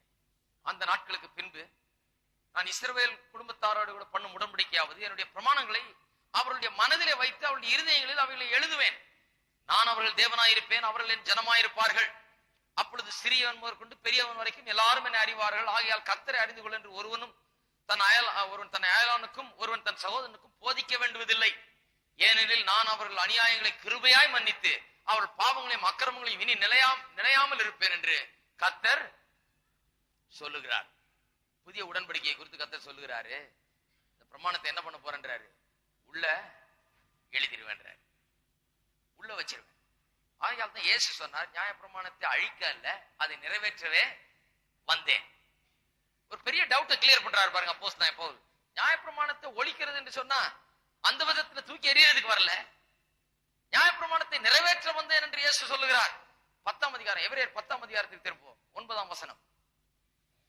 தேவனே உம்முடைய சித்தத்தின்படி செய்ய இதோ வருகிறேன் என்று சொன்னார். இரண்டாவதை நிலைநிறுத்துவதற்கு முதலாவதை நீக்கி போடுகிறார். அதாவது இயேசு இந்த உலகத்துக்கு வரும்போது எப்படி வந்தார் என்று இந்த வசனம் சொல்லுகிறது. தேவனே உம்முடைய சித்தத்தை செய்ய வருகிறேன். தேவனுடைய சித்தத்தை செய்ய. நியாயப்பிரமாணம் என்ன? தேவனுடைய சித்தம், அது தேவனுடைய ஒழுங்கு, அது தேவனுடைய சட்டம். இயேசு வரும்போதே சொல்லிட்டு வர்றாரு, நான் நியாயப்பிரமாணத்தை அழிக்க வரல, உம்முடைய சித்தத்தை செய்ய வருகிறேன், உம்முடைய சித்தத்தை செய்ய வருகிறேன், உம்முடைய சித்தத்தை செய்ய வருகிறேன் சொல்லி. ஆகையால் நியாயப்பிரமாணத்துக்கு நாம் கீழ்ப்பற்றாமல் என்று சொன்னால் என்ன அர்த்தத்தில் அது நாம் கீழ்ப்பட்டில்லை என்பதை புரிந்து கொள்ள வேணும். என்ன அர்த்தத்தில்னா ரட்சிக்கப்படவோ பரிசுத்தமாக்கப்படவோ நியாயப்பிரமாணம் அதை செய்ய முடியாது. அந்த அர்த்தத்தில் நாம் அதற்கு கீழ்ப்பட்டவர்கள் கிடையாது என்றுதான் இங்கே வேதம் போதிக்கிறது. பாருங்க, இன்னும் மற்ற இடங்களிலே எபேசியர் 6ஆம் அதிகாரம் முதலாம் வசனம், முதல் 2 வசனங்கள். பிள்ளைகளே, உங்கள் பெற்றோருக்கு கர்த்தருக்குள் கீழ்ப்படியுங்கள், இது நியாயம். எல்லாம் சொல்லுங்க, இது நியாயம். என்ன நியாயம்? இது கர்த்தருடைய நியாயம், அவ்வளவுதான். இந்த நியாயம் பழைய ஏற்பாடோட முடிஞ்சிருச்சா? 10 கற்பனையோட முடிஞ்சிருச்சா? ஏன்னா 10 கற்பனையில் ஆண்டவர் சொன்னார் இல்லையா, உன் தகப்பனையும் உன் தாயும் கனம் பண்ணுவாயாகன்னு சொல்லி. பாருங்க, அதான் சொல்றாரு, உனக்கு நன்மை உண்டாயிருக்கும், பூமியில உன் வாழ்நாள் நீடித்திருப்பதற்கும் உன் தகப்பனையும் உன் தாயும் கனம் பண்ணுவாயாக என்பதே வாக்குத்தத்தம் உள்ள முதலாம் கற்பனையாயிருக்கிறது. சொல்லலாம், ஐயோ என்னையா பவுல போஸ்தலன் நியாயப்பிரமாணத்தை போதிக்கிறார், இங்கே கொண்டாந்து 10 கற்பனை எல்லாம் கொண்டாந்துட்டாரு, இயேசுவோட அதெல்லாம் முடிஞ்சு போச்சே, 10 கற்பனை கிடையாது. இயேசுவோட எது முடிஞ்சு போச்சு? நியாயப்பிரமாணத்துக்கு நாம் கீழ்பட்டு இல்ல, இயேசுவோட நியாயப்பிரமாணம் முடிஞ்சு போச்சு, 10 கற்பனை முடிஞ்சு போச்சுன்னா எந்த விதத்துல முடிஞ்சு போச்சு?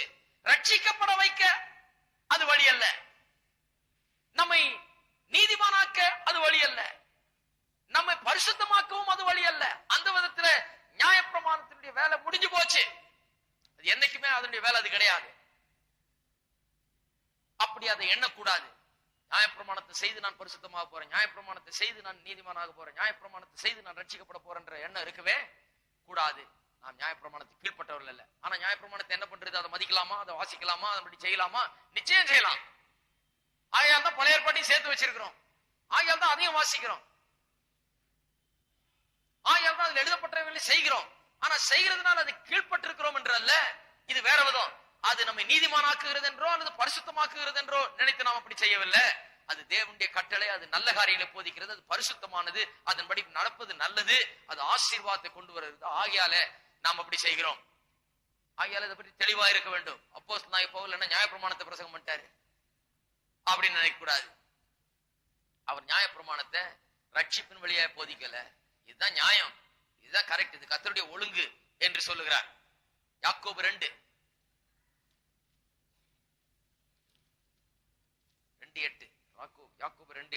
உன்னிடத்தில் நீ அன்பு கூறுவது போல பிறனிடத்திலும் அன்பு கூறுவாயாக என்று வேத வாக்கியம் சொல்லுகிற ராஜரீக பிரமாணத்தை நீங்கள் நிறைவேற்றினால் நன்மை செய்வீர்கள்.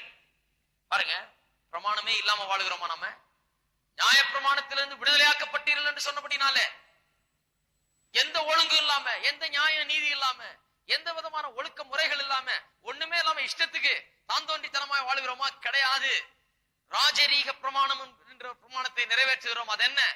உன்னிடத்தில் அன்பு கூறுவது போல பிறனிடத்திலும் அன்பு கூறுவாயாக. மோசேக்கு தேவன் 10 கட்டளை கொடுத்த போது அவருடைய நியாயங்கள் எல்லாம் சுருக்கி 10 கொடுத்துட்டாரு.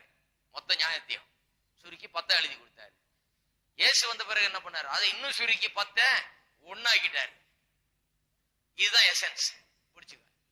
தேவனுடைய நியாயம் எல்லாம் இதுல அடங்கி இருக்கின்றார். இதன்படி செய்தா எல்லாத்தின்படி செய்கிறோம் என்கிறதை இங்கே சொல்லுகிறார். மறுபடியும் யாக்கோபுன்னா நியாயப்பிரமாணத்தை போதிக்கிறாரா, அல்லது நியாயப்பிரமாணத்துக்கு நாம் உட்பட்டிருக்கிறோம் சொல்றாரா, அல்லது நியாயப்பிரமாணம் நம்ம நீதிமான் ஆக்குகிறது, ரட்சிக்கிறது என்று சொல்கிறாரா, அல்லது நியாயப்பிரமாணம் நம்ம பரிசுத்தமாக்குறது சொல்கிறாரா? கிடையாது, கிடையாது. ஆனா நியாயப்பிரமாணத்துக்கு கொடுக்க வேண்டிய மரியாதையை கொடுக்கிறார். கர்த்தருடைய வார்த்தை, அது கர்த்தருடைய கட்டளை, அதை வாசிக்க வேண்டும், அதை மதிக்க வேண்டும், அதை தியானிக்க வேண்டும், அதை செய்ய வேண்டும். முன்பு ரட்சிக்கப்படாத காலத்திலே அதை செய்ய முயற்சித்தால் செய்ய வேண்டும் என்கிற ஆசை இருக்குதான, செய்யக்கூடிய பலன் இல்ல, செய்யக்கூடிய திறன் இல்ல. ஏனென்றால் நாம் பாவிகளா இருந்தோம், நியாயப்பிரமாணம் நல்லதா இருந்தது, ஆனா நாமோ பாவிகளா இருந்தோம். இன்னைக்கு நாம் ரட்சிக்கப்பட்டிருக்கிறதுனால கர்த்தர் சொல்லுகிற அந்த நல்ல நியாயப்பிரமாணங்கள்படி செய்யக்கூடிய ஆற்றலும் நமக்குள்ளாக இருக்கிறது. பாருங்க, ரோமர் 8ஆம் அதிகாரம், திருப்போம் 8ஆம் அதிகாரம் 3ஆம் வசனம் ரொம்ப தெளிவா சொல்லி இருக்கிறீங்க. அது எப்படி எனில் 8:3 மாம்சத்தினாலே பலவீனமாயிருந்த நியாயப்பிரமாணம் செய்யக்கூடாததை தேவனே செய்யும்படிக்கு தம்முடைய குமாரனை பாவ மாம்சத்தின் சாயலாகவும் பாவத்தை போக்கும் பலியாகவும் அனுப்பி மாம்சத்திலே பாவத்தை ஆக்கினைக்குள்ளாக தீர்த்தார். முக்கியமா கவனிக்க வேண்டியதுங்க, மாம்சத்தினாலே பலவீனமாயிருந்த நியாயப்பிரமாணம் செய்யக்கூடாததை செய்யும்படியாக தான் தேவனை இயேசு அனுப்பினாராம். அப்ப நியாயப்பிரமாணம் என்ன செய்ய முடியாமல் இருந்தது? ஏன் செய்ய முடியாம இருந்தது? நியாயப்பிரமாணத்துல பிரச்சனையா? நியாயப்பிரமாணத்துல ஒரு பிரச்சனையும் கிடையாது. நியாயப்பிரமாணம் கர்த்தருடையது, அது பரிசுத்தமானது, அது நல்லது, அது சிறந்த ஒழுக்க நெறிகள், அதுல ஒண்ணும் குறைச்சலே கிடையாது. ஆனால் அது பலவீனமா இருந்ததுன்னு சொல்லப்பட்டிருக்கிறதே, செய்யக்கூட அது செய்ய முடியாமல் போயிட்டதுனால என்ன சொல்லப்படுது? எப்படி நியாயப்பிரமாணம் ஒன்று நிறைவேற்ற முடியாமல் போகும்? எப்படின்னு சொன்னா மாம்ச பலவீனத்தினாலே. மாம்ச பலவீனம்ன்றது நியாயப்பிரமாணத்துக்கு இல்ல, நமக்கு இருந்தது. மாம்ச பலவீனம் நம்முடைய பாவம். நாம் பாவிகளா இருந்தபடினாலே நியாயப்பிரமாணத்தை பாவிக்கு கொடுத்தா அவன் என்ன பண்ண போறான்? கழுதையை குதிரையாக்க முடியுமா? ஹலோ, கழுதையை கொண்டு போய் கிண்டி ரேஸ் டிராக்ல கொண்டு போய் குதிரை லாயம் கட்டி இதை நிக்க வச்சு இதுக்கு குதிரை தீனி போட்டு தினந்தோறும் நீ ஓடு ஓடு ஓடுன்னு டிராக்ல சுத்தி சுத்தி ஓட அடிச்சு நல்லா ட்ரைனிங் கொடுத்துட்டு கடைசியில குதிரை பந்தயம் அன்னைக்கு குதிரைகளோட நிக்க வச்சு துப்பாக்கில சுட்டு கிளம்புன்னு சொல்லி துப்பாக்கில டொப்புன்னு சுட்டா இது என்ன பண்ணும்? இது தொப்பு தொப்பு தொப்பு நீங்க எங்கேயாவது ஓடிட்டு கிடக்கும். அது கழுதை புத்தி போகவே போகாது. கழுதையை குதிரையாக்கவே முடியாது. அது சும்மா. கழுதையை குதிரையாக்கணும்னா கழுதை என்ன ஆகணும்? மறுபடியும் பிறக்க வேணும். எப்படி பிறக்கணும்? போய் குதிரையா பிறந்து வரணும். இதனுடைய சுவாபம் பிறக்காவிட்டால் அது அழியாது. இது போய் இந்த வாழ்க்கை போய் வேற வாழ்க்கை வரணும். மறுபிறப்பு உண்டாகணும், மறு ஜென்மம் எடுக்கணும். அப்பதான் அந்த கழுதை குதிரை ஆக முடியும். நீங்க நிறைய பேர் கழுதையை குதிரை ஆக்குறது தான் இன்னைக்கு சன்மார்க்க நெறி போதனைகள். உலகம் பூரா அதை போதிச்சுட்டு இருக்கிறாங்க. இயேசுவின் போதனையை சொல்லுங்க, அப்படியே நான் செய்திடுறேன். நான் சொல்றேன், கழுதையை குதிரையாக்க முடியாது. கழுதை தான், குதிரை தான். அந்த குதிரை அது என்ன மாதிரி அதை பிரீட் பண்ணி எப்படி அதை பிறக்க வச்சு எப்படி அதை ட்ரைனிங் கொடுத்து எப்படி அது பிறப்பு எப்படி அது வளர்ப்பு எப்படி, அதனாலதான் ஓடுது. அது இந்த கழுதையை கொண்டு வந்து அதோட நிக்க வச்சு நீங்க இன்னைக்கெல்லாம் அடிச்சு இன்னைக்கெல்லாம் தீனி போட்டு இன்னைக்கெல்லாம் அது குதிரை மாதிரி பாலிஷ் எல்லாம் பண்ணி நிக்க வச்சா அது குதிரை மாதிரி ஓடாது. பாலிஷ் போட்டா யாராவது தூரத்துல இருந்து பார்த்தா ஒருவேளை குதிரைன்னு நினைச்சுக்கலாம், அவ்வளவுதான். அது ஓடும்போது கிளீனா அது புத்திய காமிச்சு. என்ன சொல்றாரு பவுல்? கழுத குதிரையா திரும்ப பிறக்க முடியாது, அது முடியாத காரியம். ஆனா நாம் பாவத்துக்கு அடிமைப்பட்டிருந்த நாம், பழைய வாழ்க்கையில் இருந்த நாம் அதற்கு மறித்து புதிய வாழ்க்கைக்குள்ளாக பிறக்க முடியும். இந்த மறுபிறப்பு என்பது நமக்கு முடியும், கழுதைக்கு முடியாது. ஆனா நமக்கு முடியும்.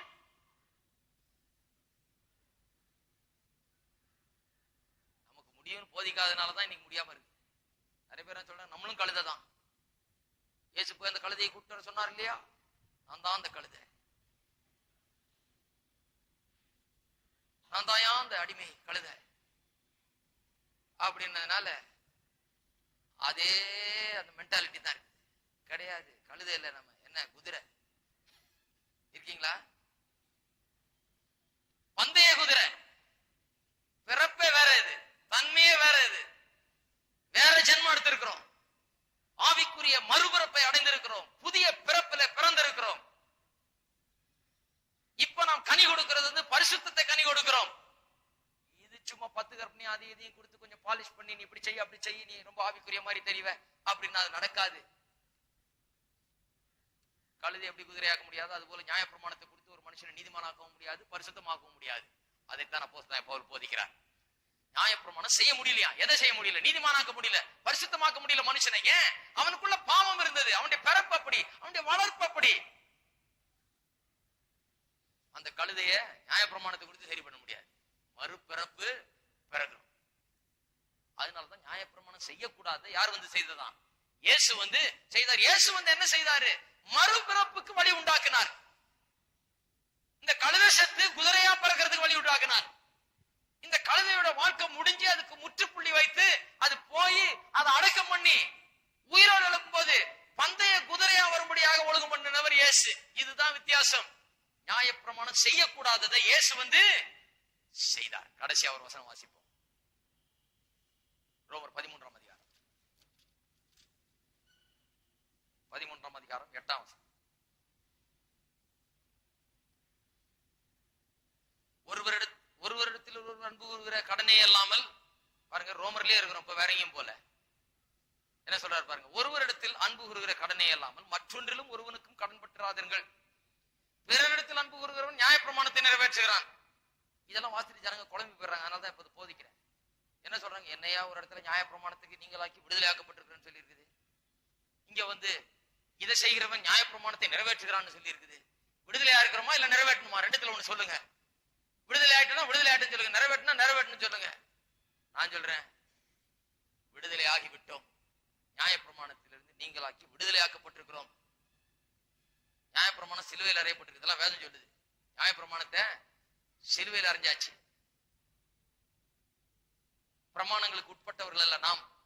எந்த விதத்துல ரட்சிக்கப்படவோ அல்லது பரிசுத்தமாக்கவோ அந்த பிரமாணத்தினால் கூடாது. ஆகையால் அதுக்கு உட்பட்டவர்கள் கிடையாது. அதன் அதிகாரத்துக்களை நாம் வாழ்கிறவர்கள் கிடையாது. மற்றபடி நியாயப்பிரமாணம் கர்த்தருடைய பிரமாணம், கர்த்தருடைய கட்டளை, அது தூய்மையானது, நல்லது, நல்ல காரியங்களை போதிக்கிறது. அதை நிறைவேற்றுகிறோம். ரட்சிக்கப்பட்ட பிறகு, தேவனுடைய கிருபையினால் ரட்சிக்கப்பட்ட பிறகு புதிய வல்லமை நமக்குள்ள வந்திருக்குது. தேவனுடைய வாழ்க்கையை வாழும்படியாக, அப்படிப்பட்ட பரிசுத்தமான கனியை கொடுக்கும்படியாக நான் புதிய விவாகம் பண்ணதுல இருந்து இந்த கனி தானா வர ஆரம்பிக்குது. ஆகையால் அதை நிறைவேற்றுகிறது பெரிய காரியம் இல்லை. அதனாலதான் சொல்றாரு, அதனாலதான் இங்க சொல்லி இருக்குது, இப்படி செய்கிறவன் அன்பு கூறுகிறவன் நியாயப்பிரமாணத்தை நிறைவேற்றுகிறான். 9ஆம் வசனம் பாருங்க. இதை பார்க்கும்போது குழம்பி போயிடுவாங்க ஜனங்க. ஏன்னா நம்ம நியாயப்பிரமாணத்துக்கு விடுதலை ஆக்கப்பட்டிருக்கிறோம் போதிக்கும் போது நிறைய பேருக்குள்ள அது பெரிய ஒரு பிரச்சனை உண்டாகிறது. அதனால தெளிவுபடுத்த விரும்புகிறேன். எப்படி என்றால் 9ஆம் வசனம், விபச்சாரம் செய்யாதிருப்பாயா, கொலை செய்யாதிருப்பாயா, களவு செய்யாதிருப்பாயா, பொய் சாட்சி சொல்லாதிருப்பாயாக, இச்சியாதிருப்பாயா,